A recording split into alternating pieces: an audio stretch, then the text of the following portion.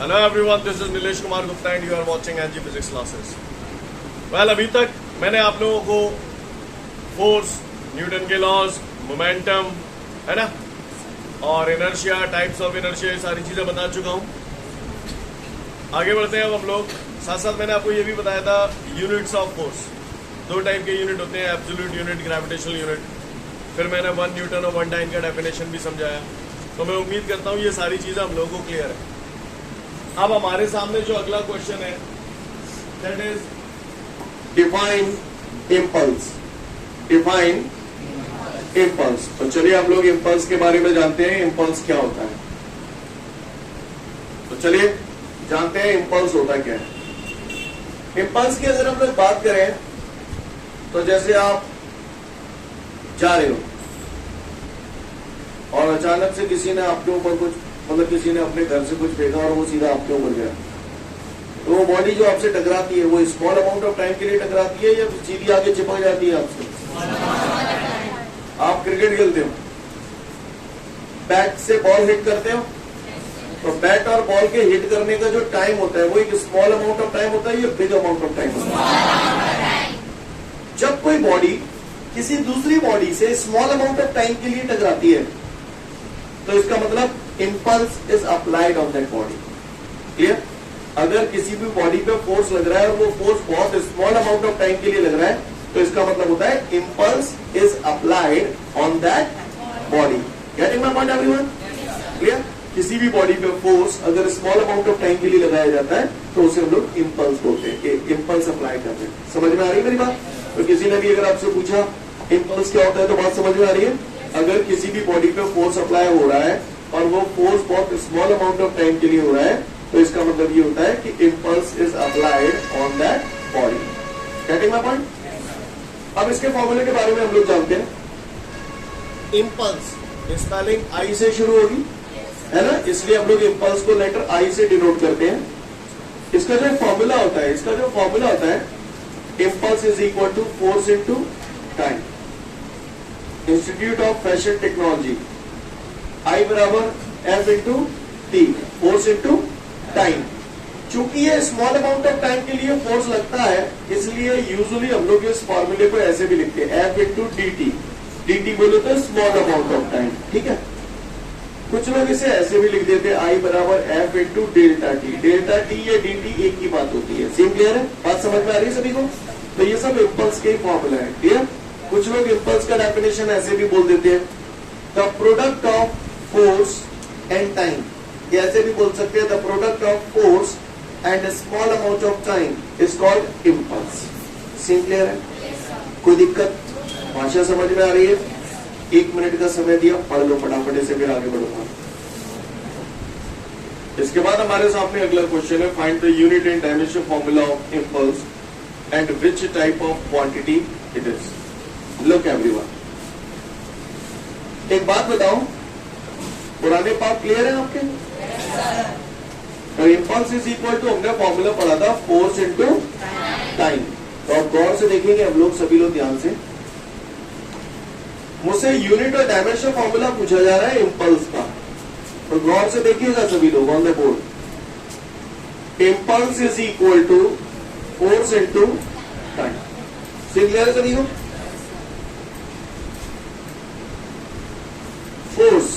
Force का formula पढ़ा था आप लोगों ने, mass into acceleration into time. Clear है सभी को? मास एक्सेलरेशन का फॉर्मूला हमने बचपन में पढ़ा था, v अपॉन टी. यस और नो? इंटू टी वैसा की वैसा. क्लियर है सभी को? टी से टी कैंसिल हो गया. यस और नो? अच्छी बात. तो I is equal to mass, velocity की जगह डिस्टेंस अपॉन टाइम. क्या गलत कर दिया मैंने? चलो इसकी यूनिट निकालते हैं. यूनिट एम कौन है यहाँ पर? मास की यूनिट किलोग्राम. डी कौन है? डी कौन है? डिस्टेंस. डिस्टेंस का यूनिट टी कौन? टाइम. टाइम की यूनिट सेकंड. क्लियर? क्लियर. ये इसका यूनिट आ गया. इसका डायमेंशन फॉर्मूला भी निकालते हैं. और किलोग्राम, किलोग्राम मास होता है, इसलिए डायमेंशन फॉर्मूला कैपिटल है। डायमेंशन फॉर्मूला मैं ऑलरेडी निकालना सिखा चुका हूँ। मीटर लेंथ होता है, इसलिए कैपिटल एल। सेकेंड टाइम होता है कैपिटल टी। तो ये फाइनली आपका हो जाएगा बेटा एम एल। टी पे पावर बच रही है था 1, टी की पावर 1 ऊपर जाएगा तो ये कौन आ गया इसका डायमेंशन फॉर्मूला। Very good. ये सब करब तो आप बचपन से ही करना जानते हो चैप्टर 2 से। यस सर लोग, चलो अच्छी बात है। तो गौर से देखिएगा, मुझसे कहा जा रहा है कि मैं यूनिट और डायमेंशन फॉर्मूला बताऊं इम्पल्स का, तो गौर से देखिएगा आप लोग। एफ फोर्स है, फोर्स की यूनिट न्यूटन, टी टाइम है, टाइम की यूनिट सेकेंड। तो इम्पल्स की एक यूनिट तो आ गई Newton into second.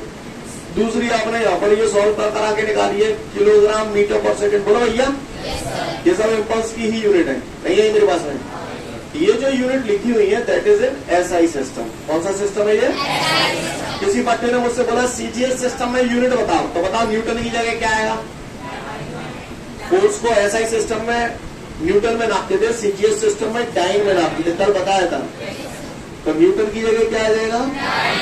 Dine. Second की जगह किलोग्राम की जगह मीटर की जगह अपॉन सेकंड। सेम क्लियर है? कोई दिक्कत? तो ये इम्पल्स की यूनिट आ गई। ये सारी यूनिट एसआई सिस्टम में, ये सीजीएस सिस्टम है। रट्टा लगाने की जरूरत नहीं है, निकालना आना चाहिए आपको। समझ में आ रही है मेरी बात? किसी को कोई दिक्कत? भाषा समझ में आ रही है? तो इम्पल्स अगर किसी ने पूछ लिया तो बता दोगे आप लोग? अच्छी बात है। अगर ये बात समझ में आ गई तो एक और बात, पहले इतना पढ़ लो फिर आगे की बात करता हूँ, ठीक है? इसके बाद हमारे सामने अगला क्वेश्चन है, prove that impulse is equal to change in momentum. Question exam में आता है, इंपॉर्टेंट क्वेश्चन है और है कुछ नहीं इसमें। आप लोग पढ़े लिखे लोग हैं, सब लोग कर सकते हैं इसे। तो गौर से देखिएगा on the board. Impulse is equal to force into time. Force is equal to तो मास इनटू एक्सेलरेशन। टी भैंसों की mass into acceleration, change in velocity upon time interval. वैसे आप लोगों ने यहाँ पर v अपॉन टी लगा दिया होगा और फिर आगे जाके v की जगह d अपॉन टी लगा दिया। राइट, सही बोल रहा हूँ? ठीक है, अच्छी बात है। लेकिन मैंने हमेशा बोला था एक्सेलरेशन का जो मेन फॉर्मूला है that is change in velocity upon time interval. अगर मैंने मान लिया इनिशियल वेलोसिटी u है, फाइनल वेलोसिटी v है, जो कि हम लोग अभी तक मानते आए हैं, तो चेंज इन वेलोसिटी क्या लिखूंगा? v minus u।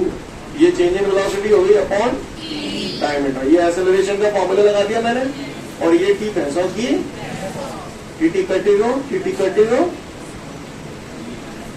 यहाँ तक नजारा क्लियर है? yes, sir।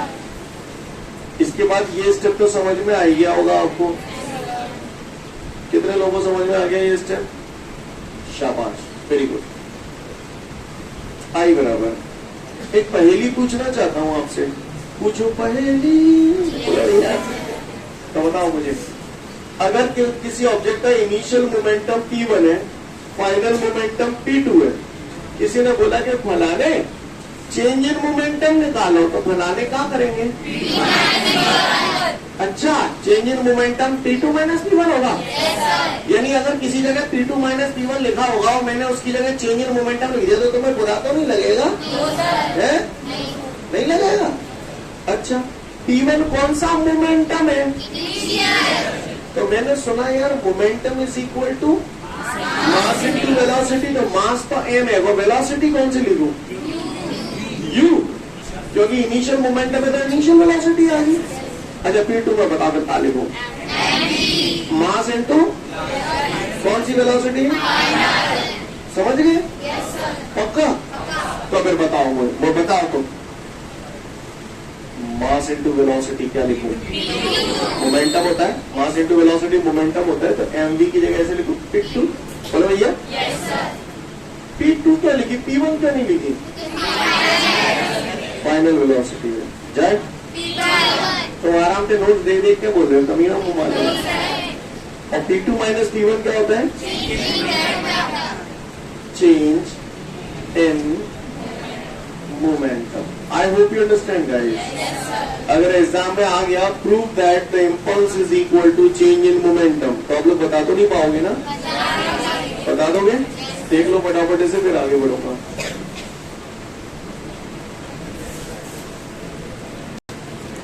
आगे बढ़ते हैं. इसके बाद हमारे को एक न्यूमेरिकल दिया है. उस न्यूमेरिकल में कह रहा है एक बॉडी है जिसपे 10 न्यूटन का फोर्स लगाया जाता है और बॉडी 5 किलो की है और फोर्स जो लगाया जा रहा है 5 सेकंड तक लगाया जा रहा है. क्लियर है? He is telling you a force of 10 Newton is applied on a body of mass 5 kilogram for 5 seconds. Then calculate the impulse of the body, change in moment of the body, change in velocity and acceleration of the object. Got it everyone? आइए देखते हैं. बचपन में पढ़ा था institute of Fashion technology. Clear है सभी को? Yes sir. Y बराबर F into T. बोलो या. Yes sir. F कितने गए था? T कितने गए? 5. 10 5 सर 50. तो impulse force unit Newton, time unit second. Newton second. गलत करता मैंने नहीं, मैंने कभी गलत करता है बताओ आप. गाना कभी सुनो आप. अब मुझे कह रहा मैं चेंज इन मूवमेंट बताऊं वो मैंने हवाला ही पढ़ा है. Impulse is equal to the change in momentum. यानी इम्पल्स काय के बराबर होता है. तो इम्पल्स अगर चेंज इन मोमेंटम के बराबर है तो चेंज इन मोमेंटम काय के बराबर है. समझ गए? तो दूसरा कर रहा हूं मैं. दूसरा we know that impulse is equal to का change in momentum. Good. Clear है? आप लोगों को परेशानी हो? इम्पल्स में पहले ही तान चुका ना तान चुका. मोमेंटम को ऐसे लिख दो चेंज इन मोमेंटम डीपी. बोलो भैया. तो डीपी बराबर क्या है? लाला रे 50. आप चाहो तो आप न्यूटन सेकंड भी लिख सकते हो या फिर किलोग्राम मीटर पर सेकंड भी लिख सकते हो. एक ही बात है. क्लियर है? तो किलोग्राम मीटर पर सेकंड कैसे आया? देखो मोमेंटम ही तो है. मोमेंटम क्या होता है? Mass into velocity. मास है और किलोग्राम, वेलोसिटी हो गई मीटर पर सेकंड. कोई भाई बहन हमारा यहाँ पर अगर 50 न्यूटन सेकंड लिखता है 100% करेक्ट है. समझ गए? क्या हुआ? ये तो यूनिट है. एक चीज के हजारों यूनिट हो सकते हैं. समझ गए? और सुनो तीसरा क्या है? चेंज इन वेलोसिटी पूछ रहा है बट्टा. तो भैया मोमेंटम, चेंज इन मोमेंटम हमने ये पढ़ा था. Momentum is equal to mass into velocity और change in momentum is equal to mass into change in velocity. कहा लगता था मैंने. स्टेप समझ में आ रहा है आपको? कब मेरे को परेशानी. चेंज इन मोमेंटम कितने के? 50. एम कितने के? 5. डीवी क्या है? Change in velocity. 5 10 या 50. तो चेंज इन वेलोसिटी कितना आ गया हमारा? 10. वेलोसिटी निकालिए. यूनिट क्या होगी? मीटर पर सेकंड. आप धन्य बच्चे हैं. क्लियर है? अब होते हैं एक्सेलरेशन और पूछ रहा हूँ एक्सेलरेशन. तो एक्सेलरेशन अपने पढ़ा है change in velocity upon time interval. Change in velocity मैंने रख दिया डीवी, टाइम इंटरवल टी. तो डीवी कितना है अपने पास? डीवी का होगा 10. टाइम डीवी अपॉन डी का टाइम कितना हो गया? कहाँ है? 5 टू 0. तो एक्सेलरेशन कितना आ गया? 2 मीटर पर सेकंड. सेम क्लियर है सभी को? करवाएंगे नोट इट डाउन. इसके बाद हमारे सामने अगला क्वेश्चन है. Define law of conservation of linear momentum and prove it. अब मैं उम्मीद करता हूं कि हम लोग के इंटीग्रेशन डिफरेंशियल क्लियर है. बिल्कुल साफ कछुना क्लियर है ना सबको? वैसे आपको मालूम है टेस्ट है आपका इस सैटरडे को? कौन से चैप्टर का है? आओगे ना? हाँ ना है. चलिए अब मैं चलता हूँ law of conservation of linear momentum. ये कंजर्वेशन क्या होता है? कंजर्वेशन क्या करना ना? हाँ कंजर्व यानी जो चीज सेम रहती है, बदलती नहीं है ना? किसी भी चीज का संरक्षण करना. आजकल आप वाटर कंजर्वेशन कर रहे हैं, फॉरेस्ट कंजर्वेशन कर रहे हैं. बोलो भैया जंगल बचाओ, पानी बचाओ. ऐसा कर रहे हैं ना? नहीं बस नहीं. कंजर्वेशन का मतलब ये होता है कि उस चीज को सेफ रखना, सुरक्षित रखना, उसमें किसी भी प्रकार की कोई हानि ना हो पाए, उसमें किसी भी प्रकार का कोई बदलाव ना हो पाए. सेम रखना उस चीज को, उसको बोलते हैं कंजर्वेशन। भाई ने बिल्कुल सही बोला, उस चीज को जैसा है वैसा रखना, no change. Getting my point everyone? Conserve का मतलब ये होता है सेफ रखना, सुरक्षित रखना, कोई चेंज ना होने देना उस चीज में, उसको बोलते हैं कंजर्वेशन। समझ गए? आप एक बात बताओ, सुन रहे हो? ये यहाँ पर हम काय का कंजर्वेशन कर रहे हैं, ये क्वेश्चन पढ़ के बताओ मुझे, काय का कंजर्वेशन करना चाहते हैं, किसको बचाना चाहते हैं? अच्छा, मोमेंटम को बचाना चाहते हो? मोमेंटम को सेम रखना चाहते हो, यानी मोमेंटम बदलना नहीं चाहिए। यस और नो? मोमेंटम बदलना नहीं चाहिए। लेकिन यारों मैंने सुना है मोमेंटम का फॉर्मूला तो मास इनटू वेलोसिटी होता है? मास तो किसी भी ऑब्जेक्ट का फिक्स होता है। 1 किलो को बांटे तो वो तो 1 किलो को ही रहेगा। भाई मैं यूं उल्ला है तो 1 किलो को रहेगा, यूं डरता है तो 1 किलो को ही रहेगा। यस और नो? रहेगा नहीं रहेगा? मास का कांस्टेंट होता है किसी भी चीज का, वेलोसिटी बदल जाती है किसी भी चीज की, है? और वेलोसिटी बदल जाएगी तो मोमेंटम बदलेगा कि नहीं बदलेगा? मोमेंटम बदलेगा, क्योंकि मोमेंटम कहाँ पे डिपेंड कर रहा है? और वेलोसिटी कब बदलती है? जैसे बाट है, मैंने बाट धीरे से ही फेंक दूं तो वेलोसिटी कुछ और होगी, तेज फेंकेगा तो वेलोसिटी कुछ और होगी, तो मोमेंटम बदल जाएगा। तो मोमेंटम तभी तो बदल रहा है जब वेलोसिटी बदल रही है। लेकिन वेलोसिटी कब बदल रही है? जब फोर्स लग रहा है। अच्छा, तो यूं कह सकता हूं कि फोर्स लगेगा तो मोमेंटम बदल जाओ। कैसे बदलो? कहा हुआ है जो बदलो? वेलोसिटी चेंज हो गई, है ना? यानी कुल मिला के इनडायरेक्टली अगर मैं बीच का पार्ट हटा दूं तो मैं डायरेक्ट ऐसे बोल सकता हूँ फोर्स लग जाओ तो मोमेंटम बदल जाओ। पर मैं मोमेंटम को कंजर्व रखना चाहता हूं तो मैं क्या करूं? फोर्स को नहीं लगाऊं। अच्छा, फोर्स को एब्सेंट कर दूं तो यही तो law of conservation of momentum है। Law of conservation of momentum हमसे ये कहता है in the absence of force. क्यों बोला? समझ में आ गया? फोर्स को क्यों एब्सेंट रख रहे हैं, समझ में आ गया? तो बस हो गया। इन the absence of force the total linear momentum of the system remains conserved. Clear है? अब आपको ये बात भेजे में आती है कि मैंने इन द एब्सेंस ऑफ फोर्स क्यों बोला है। समझ गए? किसी भी बच्चे ने मुझसे पूछ लिया कि law of conservation of momentum का स्टेटमेंट बताओ, इंपॉर्टेंट क्वेश्चन है, एग्जाम में धरा मिलेगा, पहले ही बोल रहा हूं। क्लियर? तो आप बोलना इन the absence of force the total linear momentum of the system remains conserved. Clear है? फिर से बोल रहा हूं, इन the absence of force the total linear momentum of the system remains conserved. Statement पढ़ लो, फिर मैं डेरिवेशन पे आऊंगा। तो उम्मीद करता हूं सबको क्लियर है। In the absence of force the total linear momentum of the system remains conserved. तो कहा जाने तुम क्यों कह रहे हो इन द एब्सेंस ऑफ फोर्स? तो फोर्स होगा कि नहीं होगा?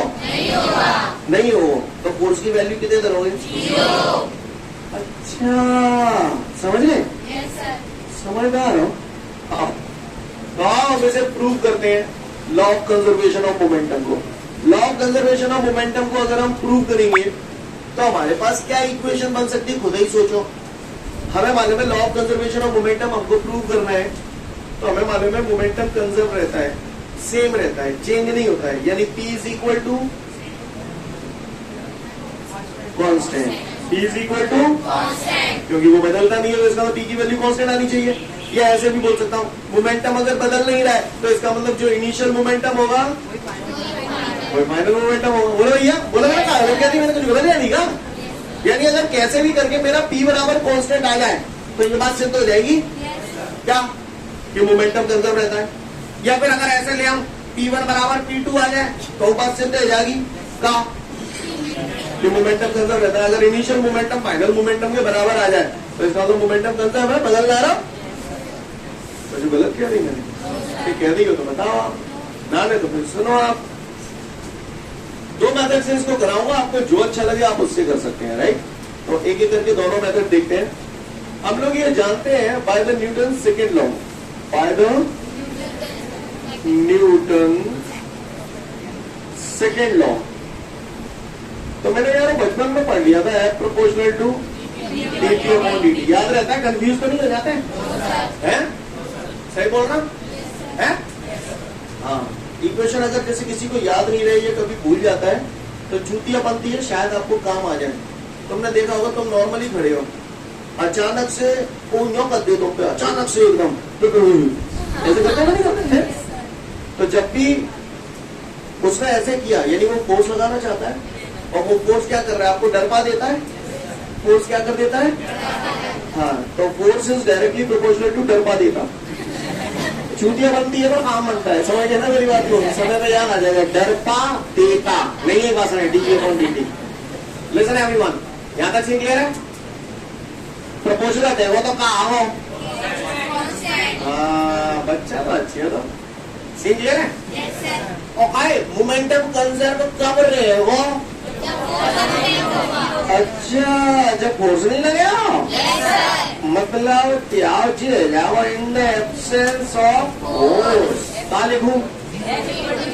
F is equal to 0। तो ऐसा काम लो, समझ में नहीं आ रही है? क्लियर है? जब के नीचे करे में ले आऊं, जब डी टी यहाँ ले आऊं, ले आऊं नहीं ले आऊं? जीरो के बगल तो जो कितने को बोले सेंसा वगैरह, जीरो में आए ना कोई की ना सुनी, कितने का आंसर आ जाओ? समझ में आ रही है बात? या पहले स्टेप बाय स्टेप कर लो, कहीं जगह में फैल जाएंगे।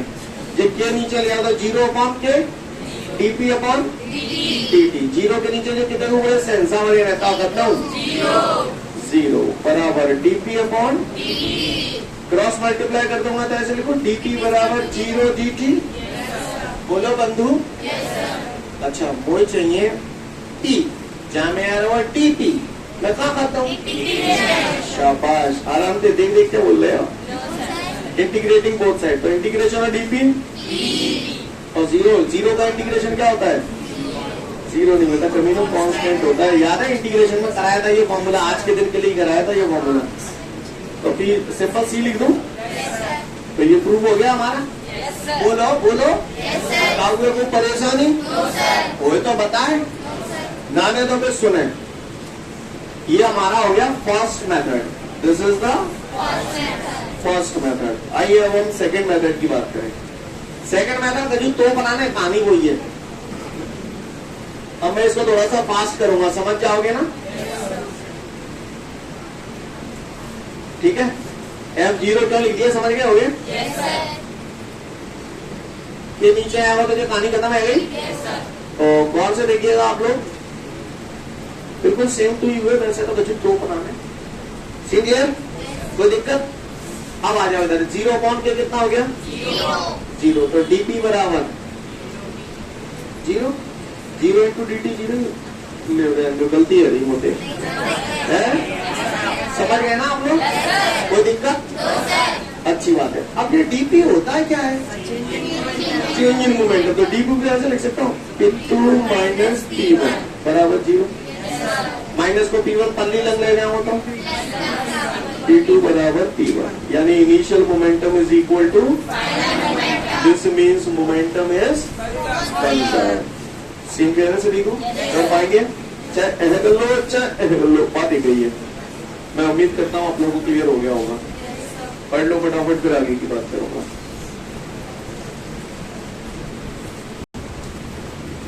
इसके बाद हमारे सामने अगला क्वेश्चन है, explain the law, explain the examples of law of conservation of momentum. हमें law of conservation of momentum के एग्जांपल समझने हैं, राइट? तो law of conservation of momentum के एग्जांपल समझने के लिए मैं एक कहानी सी सुना रहा हूं, तो उससे आपको सारे एग्जांपल्स बुकट में याद हो जाएंगे। समझिए? ओके, युद्ध होता है,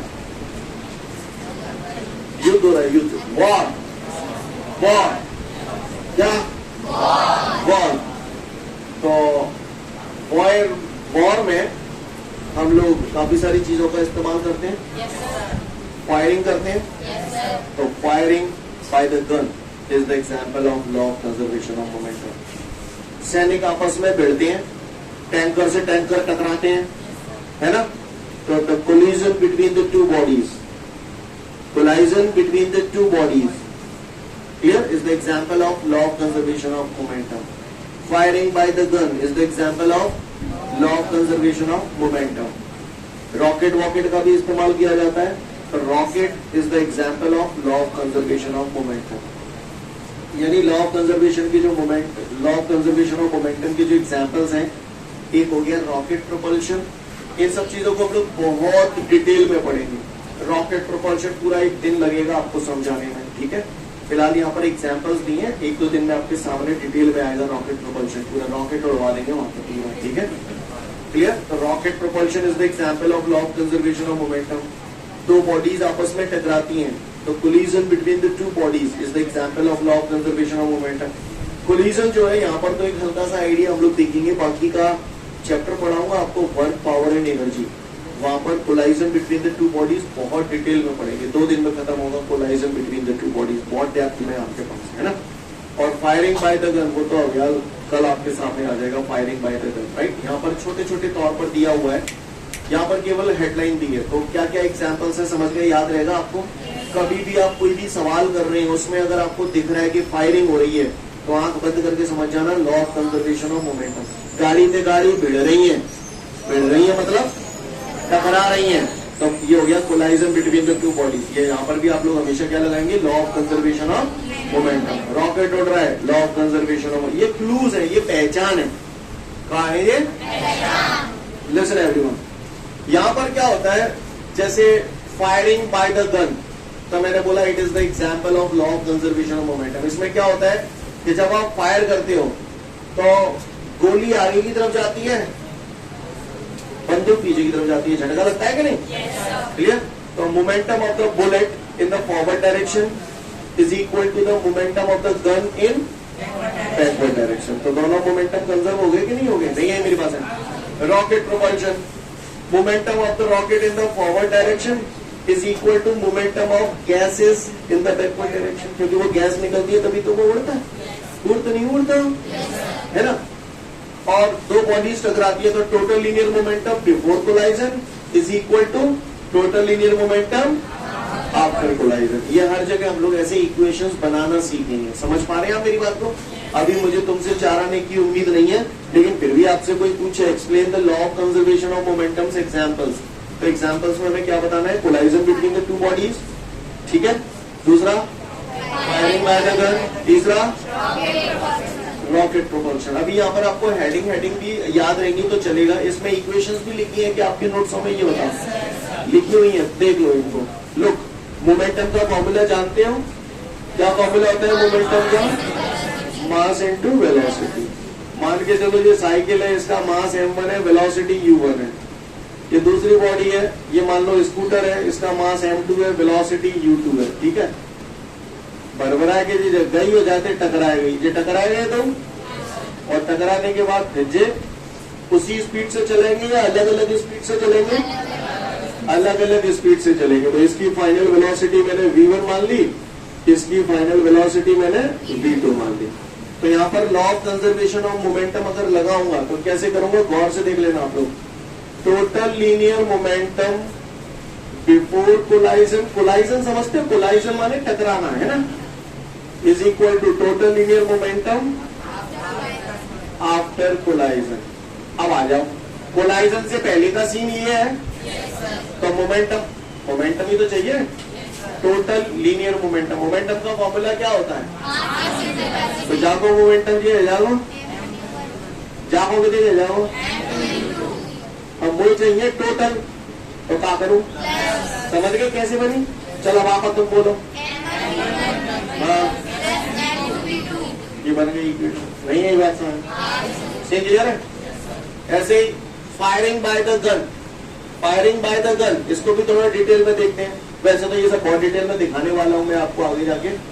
तो लिसन एवरीवन, सपोज करो ये गन है, ठीक है, ये गन है, गन के अंदर ही बुलेट है, बोले भैया सही बोल रहा हूं। उसके बाद जब आपने गोली दाग दी तो कहानी कुछ अलग हो जाएगी, गन की कहानी अलग होगी, बुलेट की कहानी अलग होगी, बोले भैया समझ में आ रही है बात। इसको मैंने मान लिया भैया इसकी इनिशियल वेलोसिटी कितनी होगी, 0, क्योंकि भैया चल ना रहा हूं।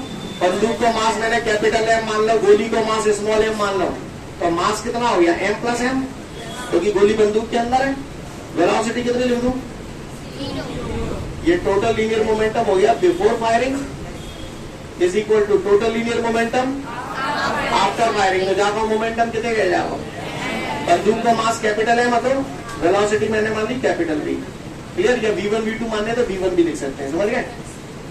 बुलेट का मास स्मॉल है मान लूं, वेलोसिटी स्मॉल, समझ में आ रही है मेरी बात? तो कैसे इक्वेशन बनती है समझ में आ रही है ना? अभी इक्वेशन पे आपको ज्यादा स्ट्रेस देने की जरूरत नहीं है। Main heading collision between the two bodies, rocket propulsion, firing by the gun, इनको हम लोग बहुत डिटेल में पढ़ने वाले हैं। क्लियर है सिंह? तो पढ़ लो फटाफट examples of law of conservation of momentum. ठीक है, इसको पढ़ के आना घर से अच्छे से। आज के लिए पर्याप्त है, कल फिर मिलते हैं। Thank you everyone, have a great day to all of you guys. जय हिंद।